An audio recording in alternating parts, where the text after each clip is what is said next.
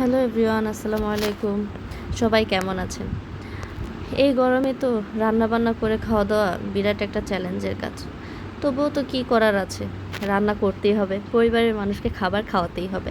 তো আজকে আমি এই তো চলে আসলাম পাঙ্গাস মাছের একটি রেসিপি নিয়ে। পাঙ্গাস মাছ কে কে খেতে পছন্দ করেন বলেন তো? আমি আজকে রান্না করব বেগুন দিয়ে। তো যাই হোক, পাতিলে আমি সরিষার তেল আর পেঁয়াজ কুচি নিয়ে নাড়াচাড়া শুরু করে দিলাম। তো পেঁয়াজ কুচিটা আজকে একটু মোটা মোটা হয়েছে, কারণ আমার বটিতে ধার ছিল না।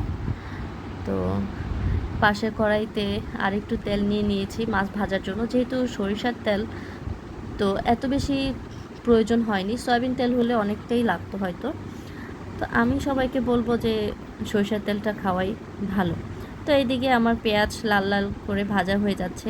এই পর্যায়ে আমি দিয়ে দিয়েছি আদা রসুন বাটা। আদা রসুন বাটা দিয়ে ভালো করে নেড়েচেড়ে নেব, যাতে আদা রসুনের স্মেলটা না থাকে। তো এরপরে আমি অ্যাড করে নিব 1 চামচ লবণ, 1 চামচ মরিচ এবং হলুদ।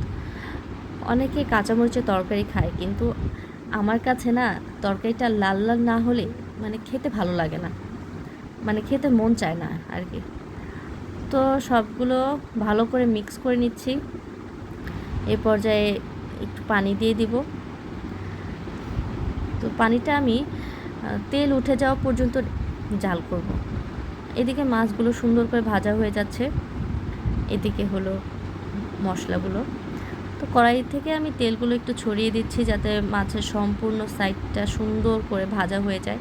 পাঙ্গাস মাছটা একটু কড়া করে ভাজলে না আমার কাছে খেতে বেশ ভালো লাগে। অনেকে না ভেজেও দিয়ে দেয়। তো যাই হোক, দেখতেই পাচ্ছেন আমার তরকারিতে তেলটা উঠে এসেছে। এ পর্যায়ে আমি সবজিটা দিয়ে দিচ্ছি। আজকের বেগুনগুলো একদমই ভালো ছিল না। আধা কেজি বেগুনের ভিতরে এক পোয়াতেই পোকা ছিল। তো আমি বেছে বেছে ফেলতে ফেলতে এক পোয়ার মতো অবশিষ্ট আছে। এটা আমি ভালো করে কষিয়ে নিচ্ছি। কষানোতেই অর্ধেক সেদ্ধ হয়ে যাচ্ছে।